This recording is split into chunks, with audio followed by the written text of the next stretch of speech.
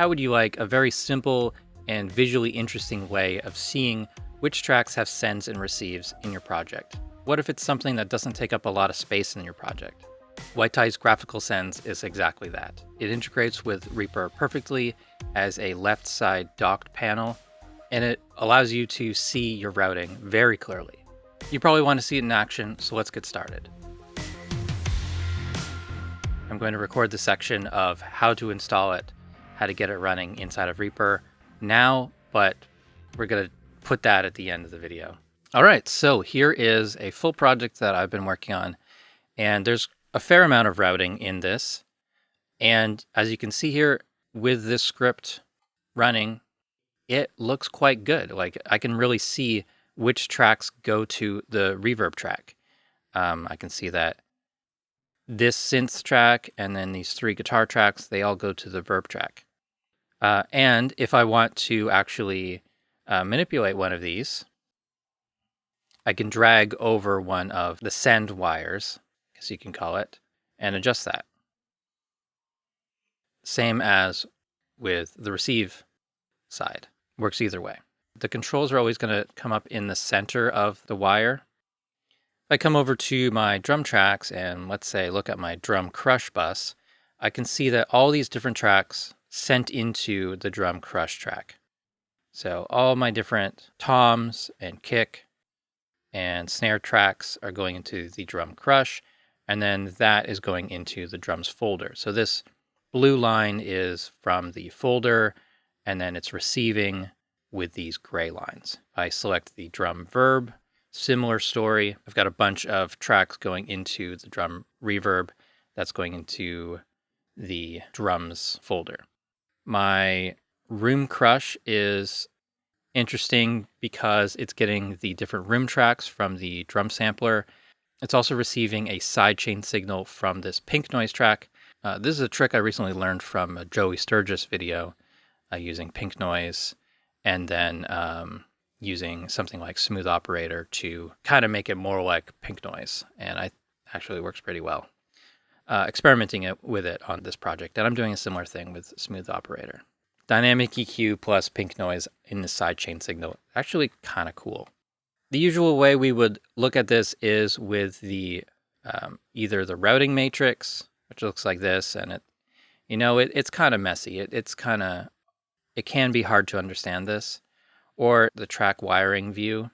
This sort of horizontal layout can be kind of confusing to some people, or it takes up a lot of space to be able to see things. It has pros and cons, but it doesn't quite feel as integrated as this does. So again, this works with just the selected track rather than showing everything all at once, which is quite helpful. Now let's look at some of the other settings in here. Various settings similar to the theme adjuster for customizing this. So we can customize the type of cable: thin, thick, hollow, dotted, or braided. Receives on 3 and 4, get the dotted style. Sends to 3 and 4, get the dotted style. Receives are hollow and the sends are braided. In the color section, we have our custom color plus 3 kind of defaults. So a light gray, medium gray, and then a default color. And if we click on the paint roller, our color picker should come up. And so we can just customize it just like that. Pretty simple. If we look at a track like this one here, which has sends to it and from it, and we can turn off receive view, turn off send view, turn off master send view, master or folder send. There's also these patch shortcuts for recent locations.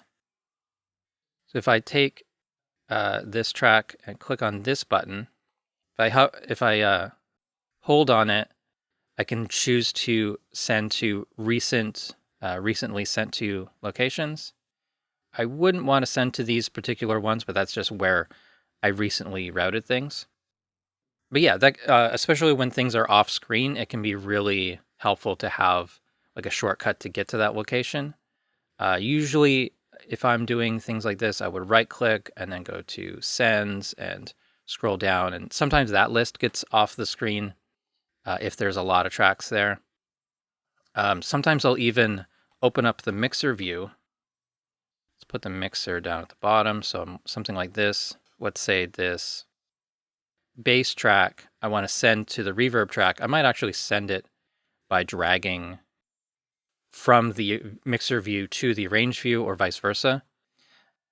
But yeah, if it's a place you've recently sent something to, it's likely that you'll do that again, and that makes it simpler by using this shortcut. Just as an example, let's take these two rim tracks. If I have them highlighted and I click on, let's say, ride, you wouldn't do this, but just as an example, we can click on this, the routing little circle here, and it'll say multiple tracks are selected. Also add sends to ride from room 1 and room 2. Click yes, and it creates those sends.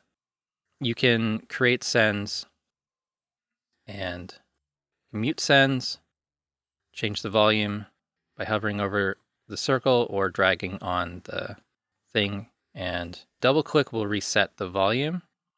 We can't delete a send. Yeah, we can't delete sends through this. So you may have noticed this green button here at the top of the toolbar, I guess you'd call it.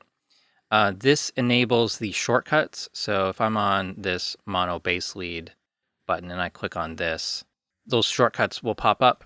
And if this is off, they do not pop up, but you can drag to a new location.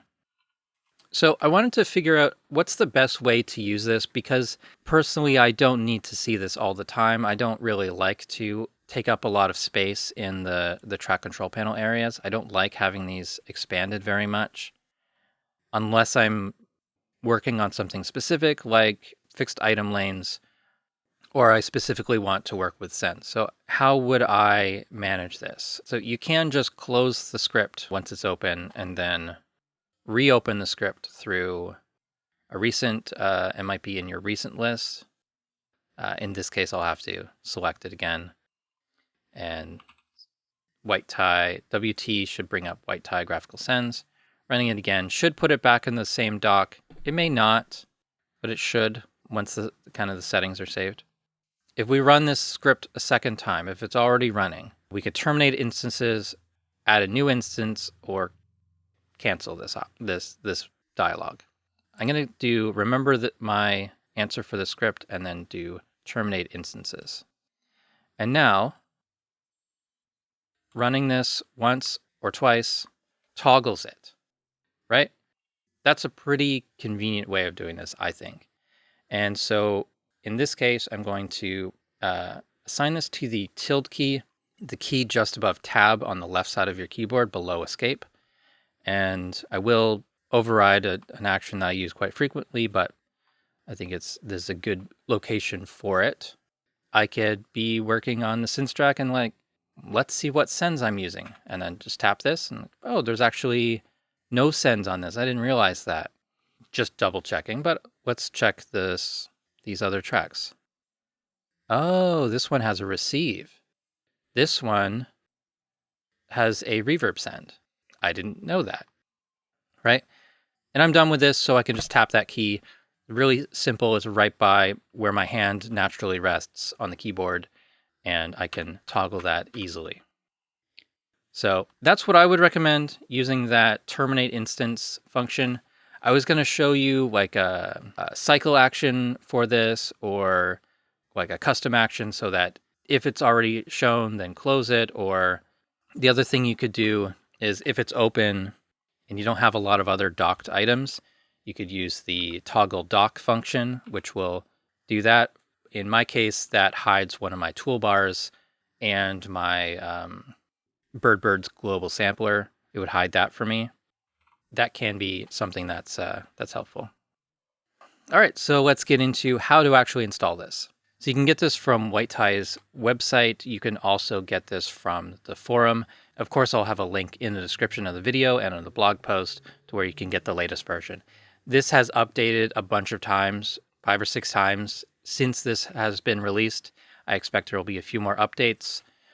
just as there's more people finding it, finding bugs, things like that. Little, quirks of each person's system, different routing scenarios that come up. So we're just going to download it. I have already downloaded it today, and we're going to put it into Reaper. Going to the options menu, then show Reaper's resource path in Explorer/Finder. This is the same on Mac and Windows and Linux. This is my Reaper folder. And I'm just looking for the scripts folder. I already had this installed once, so I'll just delete that folder, come over to my downloads folder, and open up the most recent version.